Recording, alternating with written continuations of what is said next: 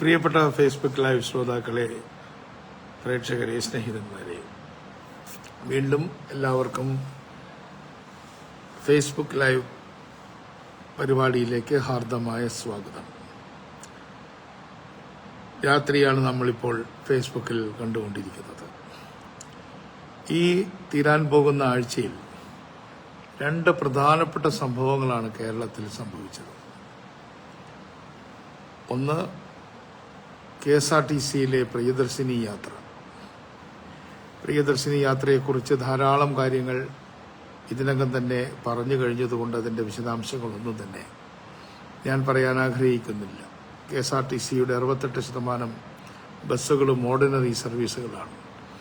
അതിൽ 3125 ബസ്സുകളിൽ സൗജന്യമായി സ്ത്രീകൾ ഇപ്പോൾ യാത്ര ചെയ്യുകയാണ്. മാത്രമല്ല 5 ലക്ഷം സ്ത്രീകൾ മുൻകാലങ്ങളിൽ സഞ്ചരിക്കാത്ത എണ്ണത്തിനും അധികമായി 5 ലക്ഷം സ്ത്രീകൾ എല്ലാ ദിവസവും ഇന്ന് യാത്ര ചെയ്തുകൊണ്ടിരിക്കുകയാണ്. ഇതിന്റെ ഭാഗമായിട്ട് സർക്കാരിന് 2.5 കോടിയോളം രൂപ ഒരു ദിവസം ചെലവുണ്ട് എന്ന കാര്യവും ഓർമ്മിപ്പിക്കട്ടെ. പക്ഷേ 2.5 കോടി അധികം ചെലവുണ്ടെങ്കിൽ പോലും 600 കോടി ഇപ്പം ബഡ്ജറ്റിൽ മാറ്റി വച്ചിട്ടുണ്ട് അടുത്ത 8 മാസത്തേക്ക്. അത് ജനങ്ങളുടെ ബജറ്റിലുണ്ടാക്കിയ മാറ്റം വളരെ വലുതാണ്. കേരളത്തിലെ പാവപ്പെട്ടവരുടെ കുടുംബ ബജറ്റിനെ ശക്തിപ്പെടുത്തുന്ന ഒരു ബജറ്റാണ് ഈ കാര്യത്തിൽ VD സതീശൻ ഗവൺമെന്റിൻ്റെതായി മുഖ്യമന്ത്രി തന്നെ അവതരിപ്പിച്ച ബജറ്റ്. അപ്പം അതുകൊണ്ട് പ്രിയദർശിനി യാത്രയെക്കുറിച്ച് കൂടുതലൊന്നും ഞാൻ പറയാൻ ആഗ്രഹിക്കുന്നില്ല. കാരണം ഇതിനകം തന്നെ അതിൻ്റെ എല്ലാ വിശദാംശങ്ങളും നിങ്ങളുടെ കൈകളിൽ എത്തിക്കഴിഞ്ഞിട്ടുണ്ട്. ഇനി അതിൽ അവശേഷിക്കുന്നൊരു കാര്യം, മലബാറിലെ KSRTCയുടെ സാന്നിധ്യക്കുറവാണ്. അത് ഉടനെ പരിഹരിക്കാൻ കഴിയില്ല എങ്കിൽ പോലും പഞ്ചായത്തുകൾ ഗ്രാമവണ്ടികൾ ഇറക്കുകയാണെങ്കിൽ ആ ഗ്രാമവണ്ടികൾക്ക് KSRTC നിർബന്ധമായും ഇത്തരത്തിലുള്ള കാര്യങ്ങൾ ചെയ്തു കൊടുക്കും, അല്ലെങ്കിൽ പ്രിയദർശിനിയാക്കി കൊടുക്കും. ഒരു സ്നേഹിതൻ RTO ഓഫീസിനെ കുറിച്ച് ഒരു കമന്റ് ഇട്ടിട്ടുണ്ട്. അത് ഗവൺമെന്റിന്റെ ശ്രദ്ധയിൽ പെട്ടിട്ടുണ്ട്. അത് പരിഹരിക്കാനുള്ള നടപടികളും ചെയ്തുകൊണ്ടിരിക്കുകയാണ്. എന്തായാലും ശരി, നിങ്ങൾക്കറിയാം, കഴിഞ്ഞ 15-ാം തീയതി വളരെ നിറഞ്ഞ ഒരു സദസ്സിൽ വെച്ചാണ് മുഖ്യമന്ത്രി ഇത് ഉദ്ഘാടനം ചെയ്തത് എന്ന് മാത്രമല്ല, അദ്ദേഹം ഒരു ഓർഡിനറി ബസ്സിൽ കയറി തിരുവനന്തപുരം തമ്പാനൂർ സ്റ്റേഷനിൽ നിന്ന് നമ്മുടെ സെക്രട്ടേറിയറ്റിന്റെ സമരഗേറ്റിലൂടെ വന്ന് ദർബാർ ഹാൾ എന്നറിയപ്പെടുന്ന 160ഓളം വർഷം പഴക്കമുള്ള നമ്മുടെ സെക്രട്ടേറിയറ്റിന്റെ മട്ടുപ്പാവിൽ അവിടുത്തെ പോർട്ടിക്കോയിൽ വന്ന് ഇറങ്ങുകയാണ് ചെയ്തത്. ഇത് തീർച്ചയായും ഒരു ചരിത്ര സംഭവമാണ് എന്ന് പറയേണ്ടതില്ല.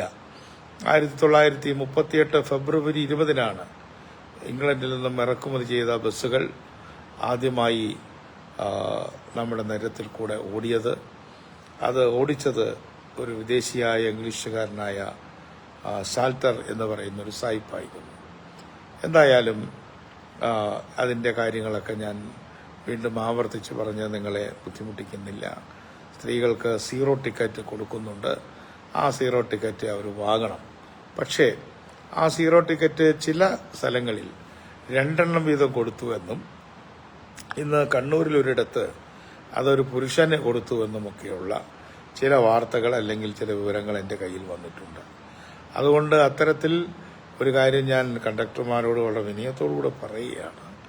ഈ പരിപാടിയെ അട്ടിമറിക്കുന്നതിന് വേണ്ടിയോ അല്ലെങ്കിൽ ബോധപൂർവമായോ ഇത്തരത്തിലുള്ള കാര്യങ്ങൾ ചെയ്താൽ ഒരു വിട്ടുവീഴ്ചയും KSRTC മാനേജ്മെന്റിന്റെ ഭാഗത്തു നിന്നുണ്ടാവുകയില്ല. അബദ്ധവശാൽ ഒരു ടിക്കറ്റിന് പകരം 2 ടിക്കറ്റ് കൊടുത്തത് ശരിയല്ല. എങ്കിൽ പോലും അത് അല്പം അതിലൊരു കൈത്തെറ്റാണെന്ന് പറയാം. പക്ഷേ പുരുഷ പാസഞ്ചർമാർക്ക് 0 ടിക്കറ്റ് കൊടുക്കുന്നത് വളരെ പെട്ടെന്ന് തന്നെ നടപടികൾ ഏറ്റുവാങ്ങുന്ന ഒരു കാര്യമായിരിക്കുമെന്ന് കൂടി ഈ തരുണത്തിൽ പറയുകയാണ്.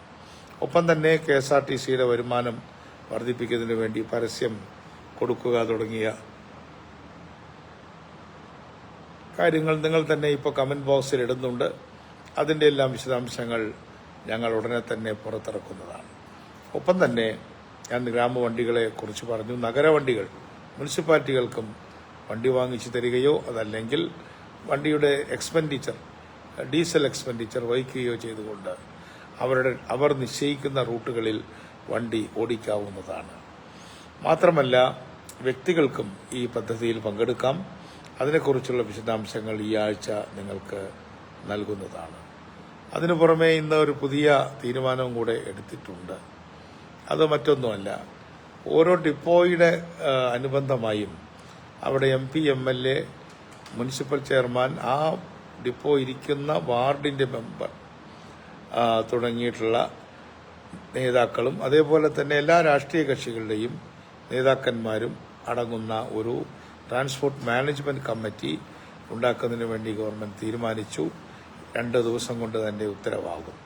അപ്പം അതുകൊണ്ട് ഉദാഹരണത്തിന് കണ്ണൂർ ബസ് സ്റ്റാൻഡ് ആണെങ്കിലും അല്ലെങ്കിൽ ആലപ്പുഴ ബസ് സ്റ്റാൻഡ് ആണെങ്കിലും ഒക്കെ തന്നെ നമുക്ക് വളരെ എളുപ്പത്തിൽ ജനകീയവൽക്കരിക്കാനായിട്ട് സാധിക്കും. അതുകൊണ്ട് KSRTCയെ വികേന്ദ്രീകരിക്കുകയും ജനകീയവൽക്കരിക്കുകയും ചെയ്യുക എന്നുള്ള പോളിസിയാണ് ഇപ്പോൾ നമ്മൾ എടുത്തിട്ടുള്ളത്. അതിൻ്റെ ഭാഗമായി MLA ഫണ്ടിൽ നിന്ന് ഒരു തുക മാറ്റിവെച്ചുകൊണ്ട് അവർക്കൊരു വണ്ടി വാങ്ങിച്ചു കൊടുക്കുന്നതിനെ കുറിച്ചുള്ള ചർച്ചകൾ നടക്കുന്നുണ്ട്. പഞ്ചായത്തുകൾക്ക് വനിതാ ഘടക പദ്ധതിയിൽ നിന്ന് അവർക്ക് ഇതിനു വേണ്ടിയിട്ടുള്ള പണം കണ്ടെത്താവുന്നതാണ്. ഒരു പഞ്ചായത്തിനും ഒരു വണ്ടി വാങ്ങിച്ചു കൊടുക്കാൻ കഴിഞ്ഞാൽ നമുക്ക് 1000-ഓളം വണ്ടികൾ പെട്ടെന്ന് തന്നെ പുതിയ വണ്ടികൾ ഇറക്കാൻ കഴിയും. 100 കണക്കിന് വണ്ടികൾ ഒരുമിച്ച് വാങ്ങിക്കണമെന്ന താല്പര്യം KSRTCക്കില്ല. അത് വളരെ ലിബറിയസ് ആയിട്ടുള്ള ഒരു പണിയാണ്. എന്നാൽ അതേസമയം വണ്ടി വാങ്ങിക്കുമ്പോൾ അത് വണ്ടികളുടെ ഉടമസ്ഥന്മാരിൽ നിന്ന് അല്ലെങ്കിൽ അവരുടെ കമ്പനികളിൽ നിന്ന് 5-10 വർഷത്തേക്കുള്ള ഒരു ആന്വിറ്റി വർഷാവർഷം കൊടുത്താൽ മതി എന്ന കണക്കിൽ വാങ്ങിക്കുന്നതിനെക്കുറിച്ചും സജീവമായ ചർച്ചകൾ ഇന്ന് നടന്നുകൊണ്ടിരിക്കുകയാണ്. എന്തായാലും KSRTC ഒരു പുതിയ വിധാനത്തിലേക്ക് ഉയർന്നു കഴിഞ്ഞു. KSRTCയുടെ അനുബന്ധമായിട്ടുള്ള എഞ്ചിനീയറിംഗ് കോളേജ് ഇന്ന് KSRTCയുമായിട്ടുള്ള ഒരു കരാറിൽ MOUവിൽ ഒപ്പിടുകയാണ്. കാരണം KSRTCക്ക് ആവശ്യമായിട്ടുള്ള ഉപദേശങ്ങൾ, സാങ്കേതികവും മാനേജ്മെന്റ് പരവുമായ ഉപദേശങ്ങൾ കിട്ടുന്നതിന് പുറത്തു പോകേണ്ട ആവശ്യമില്ല. വളരെ പ്രഗത്ഭരായിട്ടുള്ള എഞ്ചിനീയർമാർ ആണ് ഇരിക്കുന്നത്. അവരെ നമ്മൾ അതിനു വേണ്ടിയിട്ട് എടുക്കുന്നതിനെക്കുറിച്ചും ആലോചിച്ചുകൊണ്ടിരിക്കുകയാണ്. ഒറ്റ വാക്കിൽ പറഞ്ഞു, അടുത്തത് KSRTCയെ സഹായിക്കണമെന്ന് വിനയപൂർവ്വം അഭ്യർത്ഥിക്കുകയാണ്. അതുപോലെ തന്നെ VD സതീശൻ ഗവൺമെന്റിന്റെ ആദ്യത്തെ ബജറ്റ് പുറത്തു വന്നു. പുറത്തു വന്ന ആ ബജറ്റ് നിശ്ചയമായും ഒരു വിഷൻ ഡോക്യുമെന്റാണ്. അത് കണക്കുകളുടെ കളിയേക്കാൾ കൂടുതൽ എന്താണ് കേരളത്തിൽ സംഭവിക്കാൻ പോകുന്നത് അടുത്ത 10-20 വർഷക്കാലം എന്ന് കാണിക്കുന്ന ഒരു മാർഗരേഖയാണ് ആ ഡോക്യുമെന്റ്. നമ്മുടെ 600 കിലോമീറ്റർ വരുന്ന സമുദ്രതീരം, ആ സമുദ്രതീരത്തെ ഉപയോഗപ്പെടുത്തിക്കൊണ്ട് ചെറു തുറമുഖങ്ങളെ ബന്ധിപ്പിച്ചുകൊണ്ട് വലിയ തുറമുഖങ്ങളുമായി ബന്ധിപ്പിച്ച് ഓരോ പ്രദേശത്തും ചെറു പട്ടണങ്ങൾ ഉണ്ടാക്കുകയും ലോകത്തിന്റെ തന്നെ ഒരു ഹബ്ബായി മാറ്റുകയും ചെയ്യുക, മാരിടൈം ഹബ്ബായി മാറ്റുകയും ചെയ്യുക എന്ന ദീർഘകാല കാഴ്ചപ്പാടാണ് മുഖ്യമന്ത്രിക്കും UDF ഗവൺമെന്റിനും ഉള്ളത്. അതിൽ വിഴിഞ്ഞം ഒന്ന് മാത്രമാണ്. വിഴിഞ്ഞം മാത്രമല്ല, ചെറു തുറമുഖങ്ങളുണ്ട്, ആലപ്പുഴയുണ്ട്, ബേപ്പൂരുണ്ട്, കാസർഗോഡുണ്ട്. അത്തരത്തിലുള്ള എല്ലാ ചെറു തുറമുഖങ്ങളെയും കായൽ തുറവികളെയും എല്ലാം ഉപയോഗപ്പെടുത്തിക്കൊണ്ട് ഇതിനിടയിൽ കേന്ദ്ര ഗവൺമെന്റിന്റെ കീഴിലുള്ള കൊച്ചി തുറമുഖമുണ്ട്. എല്ലാ തുറമുഖങ്ങളെയും കോർത്തിണക്കിക്കൊണ്ടുള്ള ഒരു മാരിടൈം പോളിസി ആണ് ഇന്ന് VD സതീശൻ ഗവൺമെന്റ് മുന്നോട്ട് വെച്ചിട്ടുള്ളത്. അതുപോലെ തന്നെ ആരോഗ്യരംഗത്ത് നമ്മുടെ ഉമ്മൻചാണ്ടി ആരോഗ്യ പദ്ധതി, ഇന്ദിര ഗ്യാരണ്ടിയുടെ ഭാഗമായിട്ടുള്ള ആ പദ്ധതിക്ക് വേണ്ടി കുറെ പണം മാറ്റിവെച്ചിട്ടുണ്ട്. അതിന്റെ വിശദാംശങ്ങൾ ഉടനെ തന്നെ പുറത്തു വരും എന്ന് അറിയിക്കാൻ ഞാൻ ആഗ്രഹിക്കുകയാണ്. ഒപ്പം സഹകരണ മേഖലയിലുണ്ടായിട്ടുള്ള തകർച്ച, ആ തകർച്ചയ്ക്ക് പണം മാറ്റിവെക്കലല്ല, അവരുടെ കോൺഫിഡൻസ് ബിൽഡിംഗ് ആണ് പ്രധാനം. അതിനു വേണ്ടിയിട്ടുള്ള നടപടിക്രമങ്ങളും നമ്മൾ എടുത്തിട്ടുണ്ട്.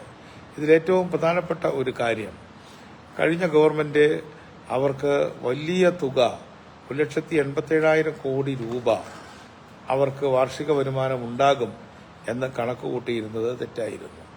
കാരണം അവർക്ക് റവന്യൂ ഡെഫിസിറ്റ് ഗ്രാന്റ് കിട്ടാൻ പോകുന്നില്ല എന്ന് അവർക്കറിയാമെങ്കിലും അതുപോലെ തന്നെ 16ാം ധനകാര്യ കമ്മീഷന്റെ അവാർഡിൽ 2.8% എന്നുള്ളത് എളുപ്പമല്ല എന്നറിയാമായിരുന്നെങ്കിലും അത് കിട്ടും എന്ന് കരുതിക്കൊണ്ട് 1,87,000 കോടി രൂപയുടെ SOTR അല്ലെങ്കിൽ സ്റ്റേറ്റ് റവന്യൂ വരവാണ്. SOTR അടക്കമുള്ള SOTR സ്റ്റേറ്റ് സോൺ ടാക്സ് റവന്യൂവും അതേപോലെ കേന്ദ്ര സഹായവും കൂടി 1,87 പ്രതീക്ഷിച്ചതെങ്കിൽ വളരെ കൂലങ്കഷമായ പഠനത്തിലൂടെ, പ്രത്യേകിച്ചും നമ്മുടെ ധവളപത്ര പഠനത്തിലൂടെ നമുക്ക് മനസ്സിലാക്കാൻ കഴിഞ്ഞു ഏതാണ്ട് 1,67 നമ്മുടെ കയ്യിലുള്ളൂ. അതുകൊണ്ട് ദൗർഭാഗ്യകരമായ ഒരു കാര്യം ചെയ്യേണ്ടി വന്നു. 35,000 കോടി രൂപയുടെ പ്ലാൻ 30,000 കോടി രൂപയായിട്ട് ചുരുക്കി. പക്ഷേ വി ഡി സതീശൻ ഗവൺമെന്റിനെ പിണറായി ഗവൺമെന്റിൽ നിന്നും മാറ്റി നിർത്തുന്ന ഏറ്റവും പ്രധാനപ്പെട്ട ഘടകം, ഒരു ഉദാഹരണം പറഞ്ഞാൽ 35,000 കോടിയുടെ പ്ലാൻ ഉള്ളപ്പോൾ SCP അതായത് പട്ടികജാതിക്കാർക്കുള്ള വിഹിതം 3,500 കോടിയാണ്. 30,000 കോടിയായി കുറയ്ക്കുമ്പോൾ അത് സ്വാഭാവികമായി ഇതിനു മുമ്പൊക്കെയുള്ള ഗവൺമെന്റുകൾ അത് 3,000 കോടിയായിട്ട് കുറയ്ക്കും, പ്ലാൻ കട്ട് ചെയ്യുന്നത് പോലെ. പക്ഷേ ഇവിടെ പ്ലാൻ കട്ട് വന്നിട്ടുണ്ടെങ്കിൽ പോലും പട്ടികജാതി പട്ടികവർഗ വിഭാഗങ്ങളുടെ പ്ലാൻ കട്ട് ചെയ്യുന്നില്ല. 587 കോടി കൂട്ടിവെച്ചിരിക്കുകയാണ്. അതുകൊണ്ട് പട്ടികജാതിക്കാർക്കുള്ള 10% ഇന്ന് ഏതാണ്ട് 12% മാറിയിരിക്കുന്നു. ഇത് നിർണായകമായി ഇന്ത്യയിലെ ഒരു സ്റ്റേറ്റും ചെയ്യാത്തൊരു കാര്യമാണ്. ഇന്ന് BJPക്കാണെങ്കിൽ SCP അല്ലെങ്കിൽ സബ് പ്ലാനുകൾ ഇല്ല. അവർ സബ് പ്ലാനുകളിൽ നിന്നും കുറേ സ്കീമുകളിലേക്ക് മാറിയിരിക്കുകയാണ്. അതേപോലെ തന്നെ ഫിഷർമെൻ കമ്മ്യൂണിറ്റിക്ക് വേണ്ടി ഒരു സബ് പ്ലാൻ വരികയാണ്, ഉപപദ്ധതി. ആ ഉപപദ്ധതി വരുന്നതോടുകൂടി പട്ടികജാതി പട്ടികവർഗ വിഭാഗങ്ങൾക്ക് മാറ്റിവെക്കുന്നത് പോലെയുള്ള നിശ്ചിതമായൊരു തുക, ഒരു ശതമാനം, തുകയല്ല, ശതമാനം ഇനി ഭാവിയിലും മാറ്റിവെക്കാൻ പോകുന്നു എന്ന് പറയുന്നത് നമ്മുടെ തീരപ്രദേശത്ത് പാരിസ്ഥിതിക ആഘാതങ്ങളുടെയും ജീവിത പ്രയാസങ്ങളുടെയും ഇടയിൽ നട്ടം തിരിയുന്ന നമ്മുടെ മത്സ്യത്തൊഴിലാളികൾക്ക് വലിയ ഒരു ആശ്വാസമായിരിക്കും എന്ന കാര്യത്തിൽ സംശയമില്ല. ബജറ്റിങ്ങിന്റെ ചരിത്രത്തിൽ പദ്ധതിയിൽ കുറവ് വരുമ്പോഴും പാർശ്വവൽക്കരിക്കപ്പെട്ടവരുടെ അടങ്കലിൽ കുറവ് വരുത്താതിരിക്കുക എന്ന വിപ്ലവകരമായൊരു നടപടിയെടുത്ത ധനകാര്യമന്ത്രി കൂടിയായ മുഖ്യമന്ത്രിയെ ഞാൻ അകമഴിഞ്ഞ് അഭിനന്ദിക്കുകയാണ്. ഞാനിന്ന് നീട്ടിക്കൊണ്ടു പോകുന്നില്ല. ഇത്തരത്തിൽ നിർണായകമായ നിരവധി സംഭവങ്ങൾ ഈ ആഴ്ച നടന്നു. അന്താരാഷ്ട്ര തലത്തിലാകട്ടെ നമ്മുടെ ഗൾഫ് യുദ്ധം എന്നറിയപ്പെടുന്ന യുദ്ധം അവസാനിച്ചു എന്നാണ് നമ്മൾ കരുതുന്നത്. പക്ഷേ ഇസ്രായേൽ വെറുതെ ഇരിക്കുന്നില്ല. ഇസ്രായേൽ ഒരു റോഗ് രാജ്യമാണ്. ഇസ്രായേൽ അക്രമി രാജ്യമാണ്. ആ അക്രമി രാജ്യത്തിന്റെ അക്രമം ഇന്ന് ട്രംപിന് പോലും സഹിക്കാൻ പറ്റാത്ത ഒരവസ്ഥയിലേക്ക് എത്തിയിട്ടുണ്ട് എന്ന് ട്രംപിന്റെ ചില പ്രസ്താവനകളിലൂടെ കാണാം. എന്തായാലും ലോകം സമാധാനത്തിലേക്ക് വരുന്നത് മലയാളികൾക്ക് വളരെ സന്തോഷകരമായ ഒരു കാര്യമാണ്. അങ്ങനെ സന്തോഷകരമായ ഒരവസ്ഥയിലേക്ക് യുദ്ധം അവസാനിപ്പിച്ച് പോകുമ്പോൾ നമ്മുടെ ഇന്ത്യക്കാരും മലയാളികളും ഗൾഫ് രാജ്യങ്ങളിലും കേരളത്തിലും സന്തോഷത്തിന്റെ ആ പങ്കുവയ്പിൽ പങ്കാളികളാകട്ടെ എന്ന് മാത്രം ആശംസിച്ചുകൊണ്ട് ഇന്ന് നടത്തുന്ന ഈ ലൈവ് പരിപാടി അവസാനിപ്പിക്കുന്നു. എല്ലാവർക്കും നന്ദി, നമസ്കാരം.